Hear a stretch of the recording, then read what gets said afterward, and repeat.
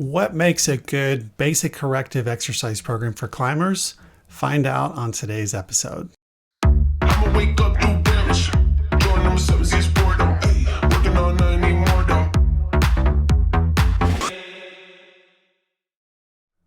Hello and welcome to the channel. I'm Brooke Selps and I'm a physical therapist and climber in Bend, Oregon. Each video I'm going to try to deep dive a little bit behind the scenes of a different sport to give you a PT's perspective on how to stay healthy and how to train in order to get the most out of what you love to do. So thanks so much for coming. If you find this information useful, please consider subscribing to the channel and give this video a like. So doing the same pattern over and over again is a recipe for overuse and injuries.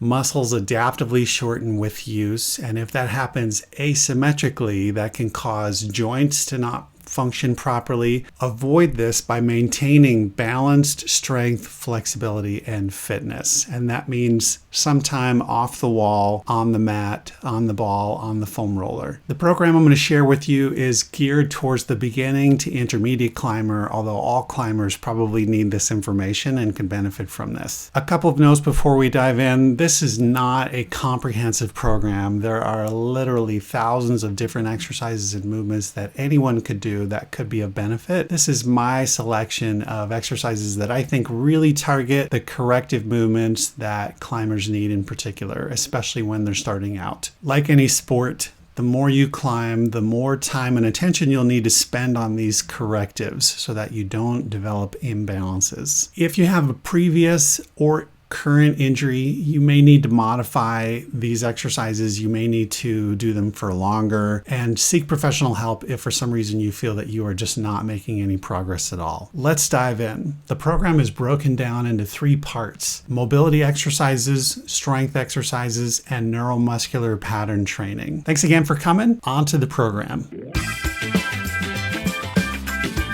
This is one of my favorite postural exercises because gravity is really doing the work for you. Here Jen's showing us some variations with arm sweeping, arms overhead, some rolling side to side, and a pec release.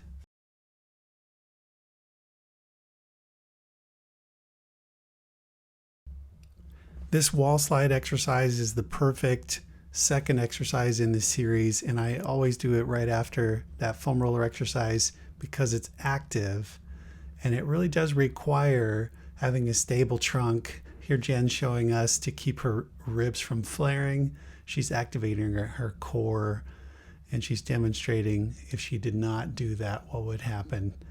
Her ribs would flare and her back would come away from the wall. And she's showing another compensation where your wrists come away from the wall or your shoulders hunch. So because of her flexibility, this is really no problem for her, but it's still a great shoulder workout, a balancing exercise. We're going to get Peter doing this now, and Peter's more maybe typical of what we might see, and he's a pretty flexible guy, above average in flexibility, but you can see he's really straining here through his trunk and neck, and his ribs are lifted a little bit away from the wall in order to try to keep his elbows and wrists down.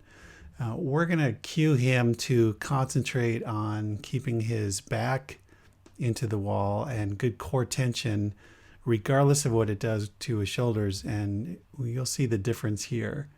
So even though his arms are not actually touching the wall, this is going to be a more functional position to do the exercise in. So if you have trouble getting your arms into the wall, don't worry about it. Just do it this way. So here we have 2 really good lat stretches. One is a simple hanging stretch that Jen is demonstrating using the ladder bar. And then we're going to see Peter doing an elbow propped version, holding on to a stick or a pole. And that's important because that will help keep your forearms in good alignment relative to your shoulders. And you can see the stretch that he's getting through his mid-back, which is one of the reasons to do that version. This is a nice sequence Peter is showing us to get flexibility in the front of the shoulder and chest, using again a ski pole or a stick clip, whatever you have on hand. You can do each arm individually and then both of them at the same time.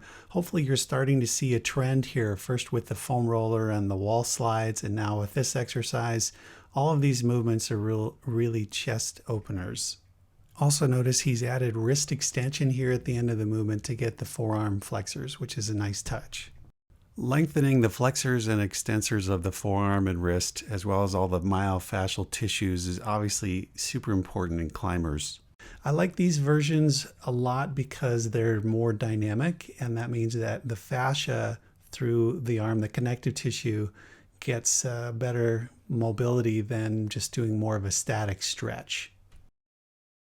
These unusual looking movements are also called neurodynamic exercises or nerve flossing exercises.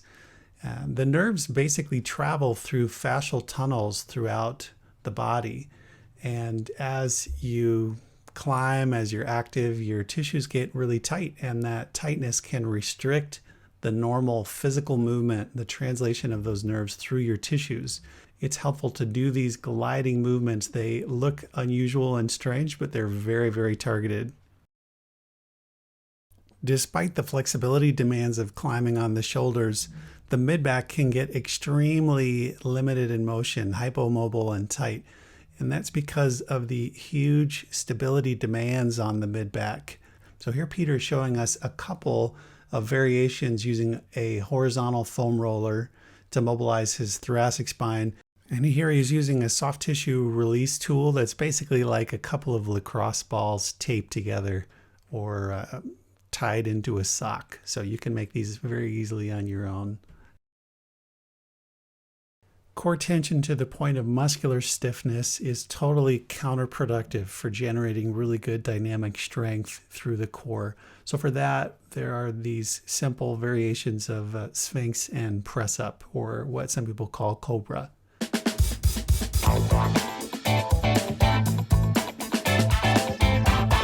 To counteract all the pulling and climbing, it is super important to have some kind of an overhead press. This particular version is one of many, but I like it because of the dynamic position that you start in, this high kneel, the long leg line, the hip extension on the side that you're pressing, so you're really working through that whole side of your trunk. So it's pretty nice. This exercise could be considered a progression of the wall slide with the resistance anchored in front and a little bit low.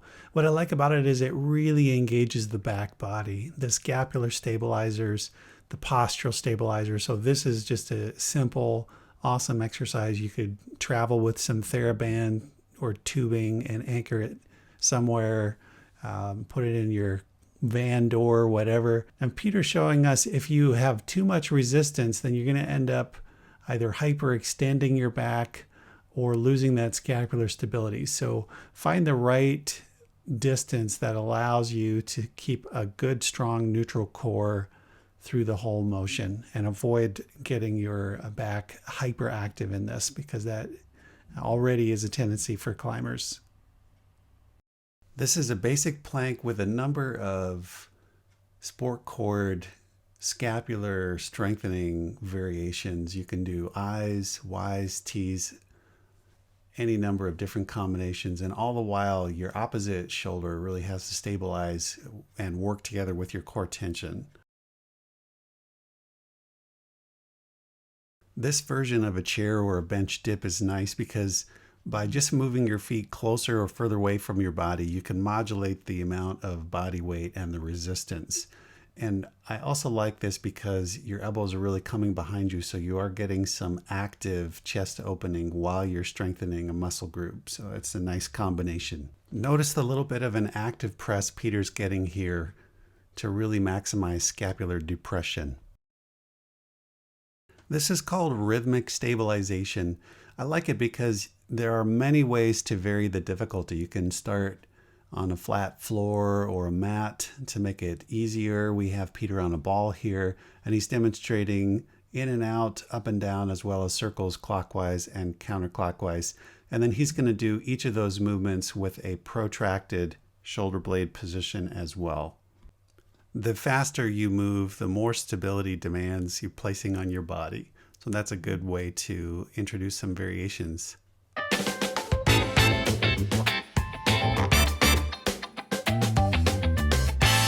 This is a rolling pattern starting on your stomach and leading with your arm, segmentally releasing through your spine and trunk and all of your muscles, and then coming back to your starting position. Peter's in a moment is going to show us a compensation that many people may do where they're prepping with their pelvis and knee. So try to avoid that and really use a top down or a foot up system for rolling. If you've never done this kind of movement, it actually feels really, really good. And all you need is just a little bit of space to roll around on the floor.